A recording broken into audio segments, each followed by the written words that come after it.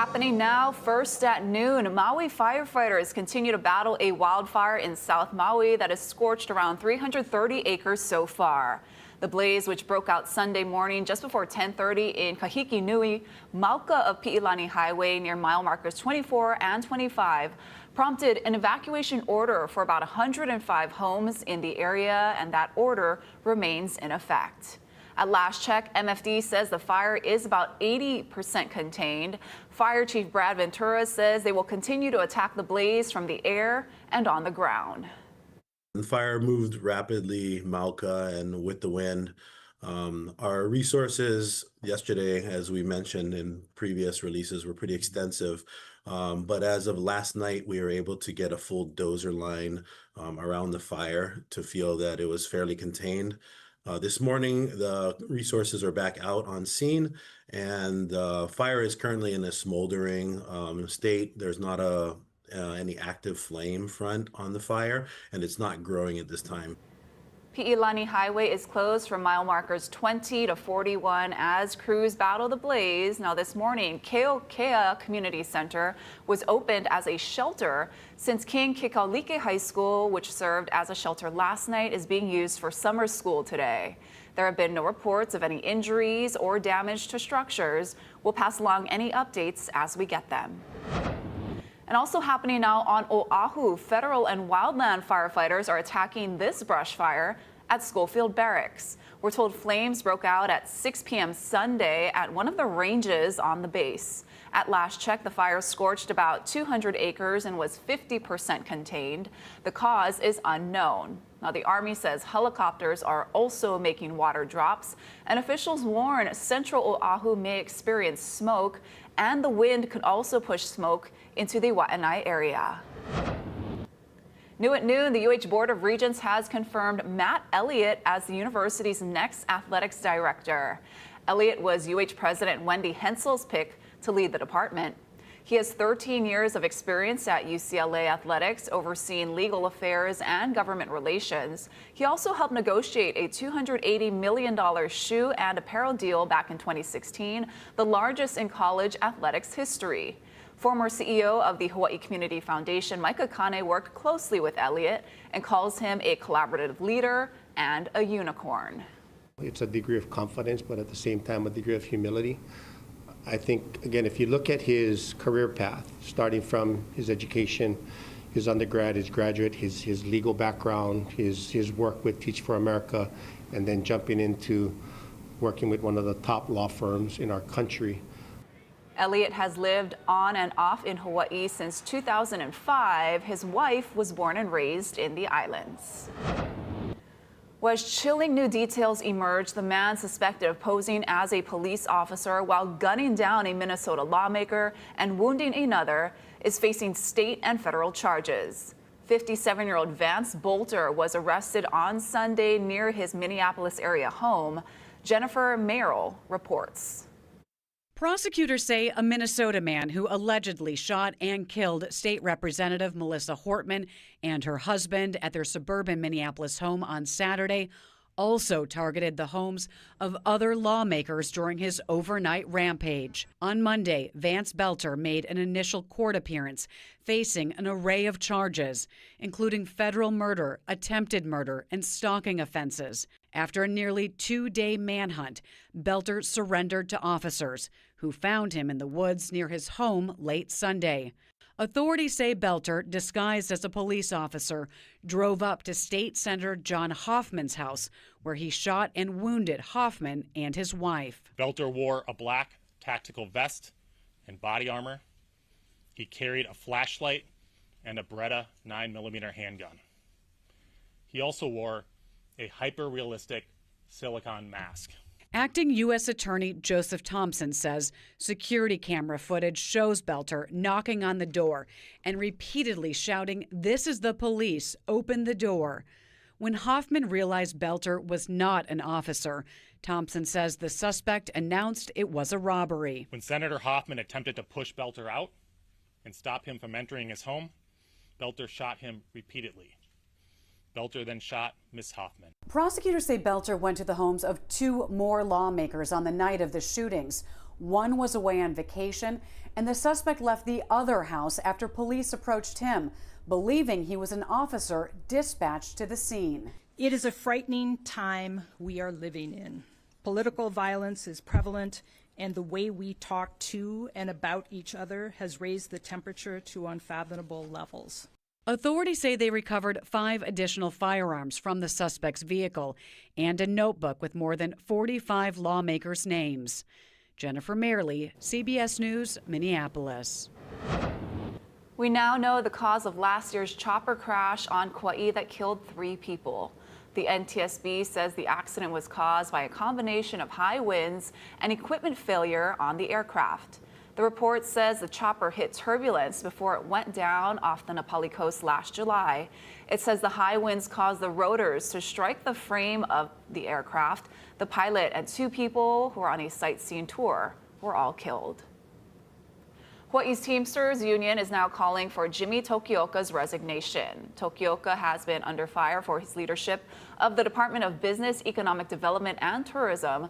Union leaders say he has mismanaged the Hawaii Film Office, and they blame him for a lack of film and television production in the state. State Senator Kurt Favela has also been an outspoken critic of Tokioka. Tokioka has not commented on the criticism. His supporters say he's not going to play petty politics with his office.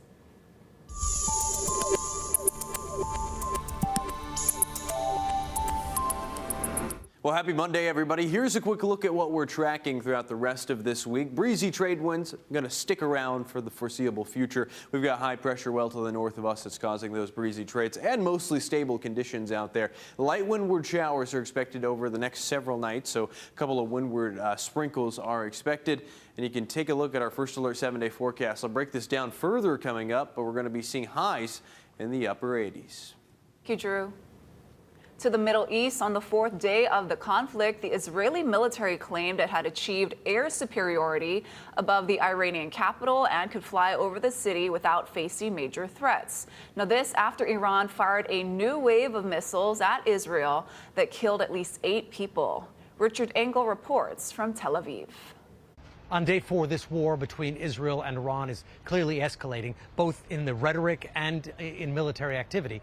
The Iranian state media, which generally represents the government, reported a short while ago that Iran is preparing the most intense, powerful strikes against Israel in this country's history. They've even ordered the evacuation of certain parts of Tel Aviv, not far from where I am right now. I can tell you there's not a panic in the city. People aren't evacuating, but Israel has been firing in Iran, and Iran has been firing back. Iran has been launching hundreds of ballistic missiles and drones since this began on Friday, and some of those ballistic missiles are getting through. The vast majority are being stopped by Israeli air defenses, but the missiles are so large that even if 1, 2, or 3 do manage to penetrate the net, they can cause considerable damage. I was at a building just outside of Tel Aviv earlier today that was hit directly by an Iranian missile, and several people were killed in their so-called safe rooms, in their fortified safe room. The ballistic missile powerful enough to penetrate that reinforced concrete. So that is making Israelis more nervous, that the defenses that they are used to no longer seem to be as effective when dealing with a state and not just a militia group like Hamas or Hezbollah. Richard Engel, NBC News, Tel Aviv. As the fighting continues in Iran and Israel, President Trump is at the G7 summit in Canada, a country he has continuously taunted to become the 51st state. Now, he meets with that country's leader today, where trade is sure to be a big topic. Vaughn Hilliard has more. President Trump on the global stage today, gathering with world leaders for the G7 summit in Canada. We're going to be talking about trade and many other things. The high-stakes meeting, the first of his second term, comes as trade tensions rise and a new conflict is erupting overseas. Once again today, Israel and Iran trading fire, the IDF reporting another barrage of incoming missiles from Iran. It's painful for both parties, but I'd say Iran is not winning this war. And they should talk, and they should talk immediately before it's too late. While the U.S. is supporting Israel's air defense, sources tell NBC News that President Trump vetoed Israel's plan to assassinate Iran's supreme leader And though the U.S. initially had nuclear talks with Iran on the books for this weekend, President Trump appeared to back Israel's attacks. We've always supported Israel. We have for a long period of time, strongly. And Israel's doing very well right now. Another top issue on the agenda, the global economy. I'm a tariff person. I've always been a tariff. It's simple. It's easy. The president meeting today with the summit's host, Canadian Prime Minister Mark Carney, after taunting the U.S. neighbor and close ally as the 51st state in slapping tariffs on steel and aluminum, with others paused until July 9th. Then we're going to see what we're going to come out with something, hopefully. The White House says tariff deals are in the works for several countries as concern over the economic future for Americans remains uncertain. Well, at the G7 summit today, President Trump lamenting that it is no longer 8 countries in the alliance, expressing displeasure that more than a decade ago now, Russian President Vladimir Putin was kicked out after invading and annexing Crimea. In Putin's place, Ukrainian President Volodymyr Zelensky, who is slated to meet with President Trump tomorrow. In Washington, Vaughn Hilliard, NBC News. When school's out for summer, it can be a big change for students and parents. I'm Bradley Blackburn with new data on parents' top concerns, especially for kids' mental health. Also ahead on This Is Now, a new report says more millennials are dealing with credit card debt. How financial counseling can help put you back on track.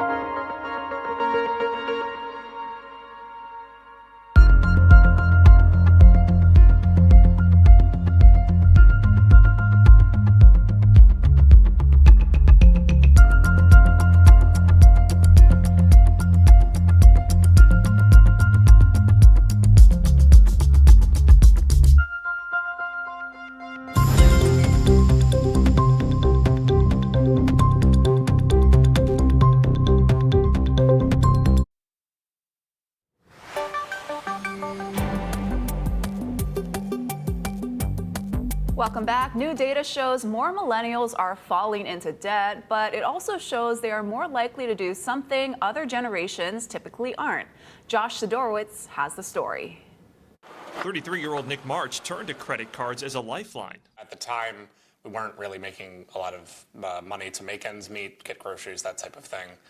We were going to school. But what started as necessity, he says, quickly snowballed as he racked up $28,000 in debt. Definitely a daunting number. Since we didn't really have experience with credit cards before, we just kind of let that get a little bit more out of control, doing a little bit of unnecessary spending. And then it got to a point where we couldn't really pay the interest on it. Faced with rising rent, ballooning interest rates, and stuck with student loans, millennials, the generation born between 1981 and 1995, are now the ones most asking for help to dig out of credit card debt. 43%, the largest group of all new clients coming in, are millennials. Serving clients nationwide, nonprofit credit counseling agency Money Management International said it's a significant trend away from what had been their typical clients in their 40s and 50s. I will say the positive thing about millennials is they are willing to take action. they actually turn out to be the most receptive to financial counseling, making them most likely to overcome their financial challenges. March says MMI worked with his creditors to negotiate lower interest rates into the single digits, setting him up on a plan to pay off his debt within 3 years. Having that sort of like end date of when all of this will be paid off is kind of like the, okay, now we can look at getting a house. Now we can, be free of all of this, and it will feel like a huge weight is lifted off our shoulders. Josh Sidorowicz, CBS News, Philadelphia. Well, the next time you're traveling through Honolulu's airport, look up. The state today switched on these new overhead monitors in Terminal 1, showing the statuses and wait times for security checkpoints. Terminal 2 will get the screens like this by the end of next year, along with new air conditioning, ceiling upgrades, and lighting improvements. The total cost is $6 million. And a special milestone for one man who has now donated blood in all 50 states. Here's Vinton Smith completing his goal at the Blood Bank of Hawaii on Yonge Street. Smith is from Pennsylvania, but flew to Hawaii to check off his final state. He spent the last 17 years traveling around the country donating blood in hopes of encouraging others to donate too. I know this story today is about me accomplishing my 50th state donation, but in reality, it isn't about me.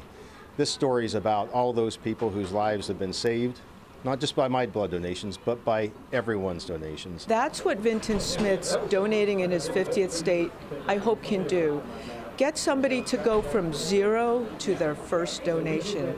Saturday marked World Blood Donor Day, which promotes awareness about the importance of a safe blood supply. Let's take you outside now for a live look with our tower cam, looking at Aloha Tower. Drew Davis is going to have your full forecast and what you can expect this week coming up in 2 minutes.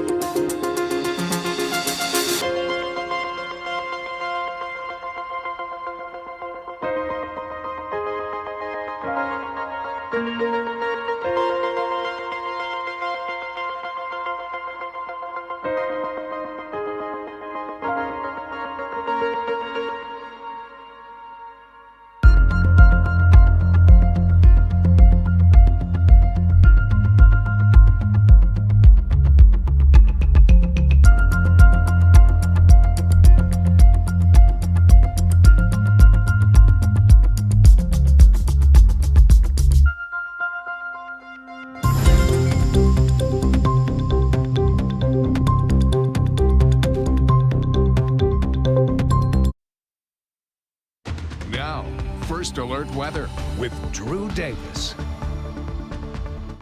Well, happy Monday, everybody. Here's a quick look again at what we're tracking going forward. Breezy trade winds out there, stable conditions, mostly sunny skies, and a couple of windward showers. We're in summertime here in Hawaii, so we're really not seeing much of a change in the weather pattern. You can see in our First Alert windcast out there as we're going into this afternoon between 15 to potentially even 25 miles per hour for sustained winds. Similar story throughout Tuesday and Wednesday. Slightly weaker winds are expected by the time we get to Thursday and Friday, but they'll still be breezy out out there. Here's our island by island forecast for the rest of Monday. Scattered showers and partly sunny conditions expected over on Kauai, and moving down to Oahu, 87 in town, 86 in Kapolei, 81 in Kaneohe. A little bit breezy out there over the entirety of Oahu. Wind gusts over Maui County could get closer to 30 miles per hour, 87 in Kahului and 88 in Kihei.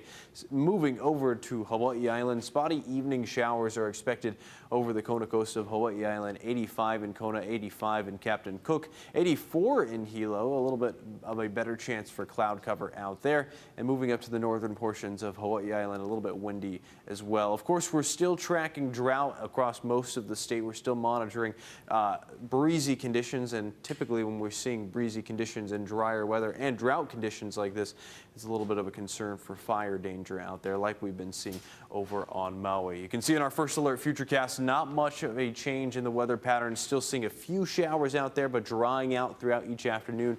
No considerable rainfall is expected throughout the rest of this week. And our surf and shoreline forecast, west and south facing shores relatively small. South facing shores seeing a little bit of a boost from the swell over the weekend. That's going to hold on over the next couple of days. Will drop by the time we get to Wednesday, but Wednesday into Thursday we're expecting another south swell. East facing shores a little bit choppy out there for this afternoon. Small craft advisory up over the eastern half of the state until 6 a.m. on Wednesday. We're also seeing breezy conditions persisting all the way into this upcoming weekend on our 7-day forecast. You can see windy conditions Monday, Tuesday, and Wednesday. Slightly weaker winds on Thursday and Friday, and highs in the upper 80s.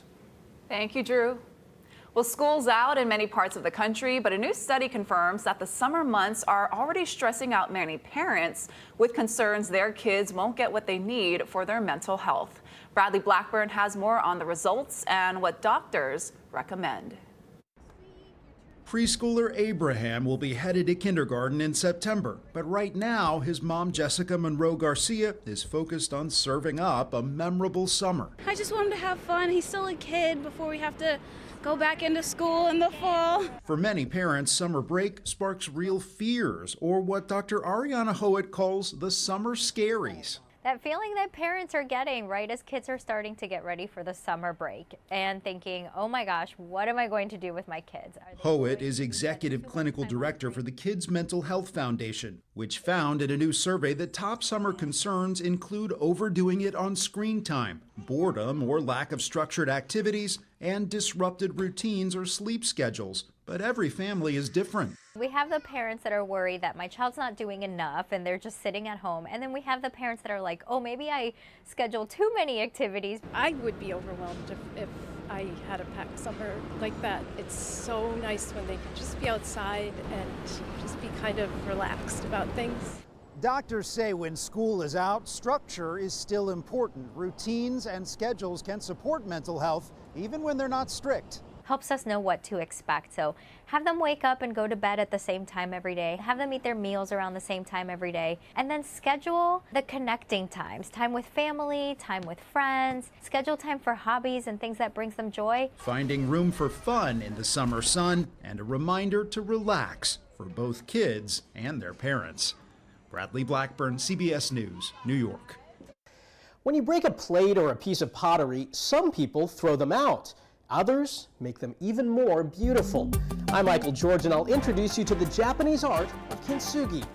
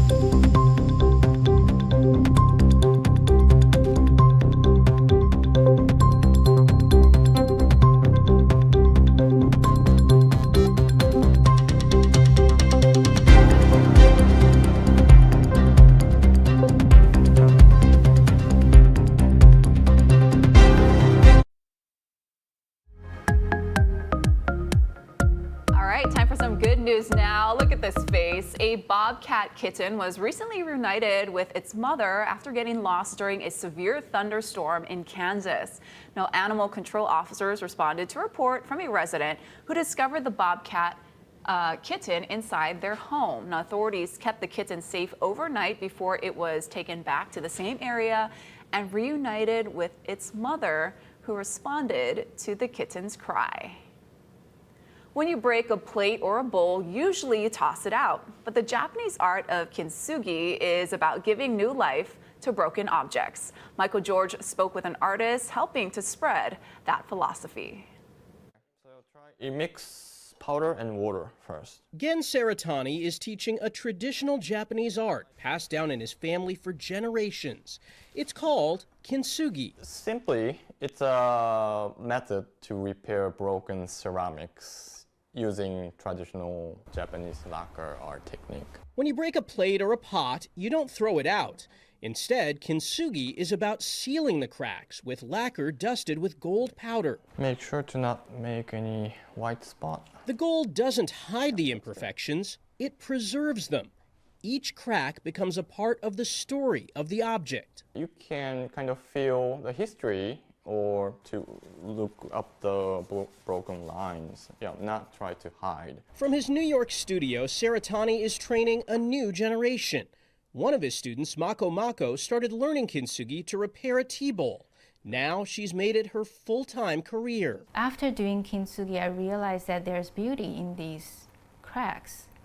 And once things become broken, it means they get endless new opportunities that I can create with my own hands. Saratani says the art form can be simple to learn, but difficult to master. Even repairing one bowl takes patience. So if I focus on the piece, probably like in 3 months. 3 months. Yeah, that's fast.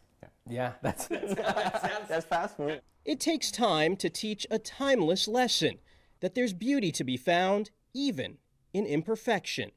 Michael George, CBS News, New York. Thank you so much for watching This Is Now. More news first at 4 right here on K Channel. Aloha.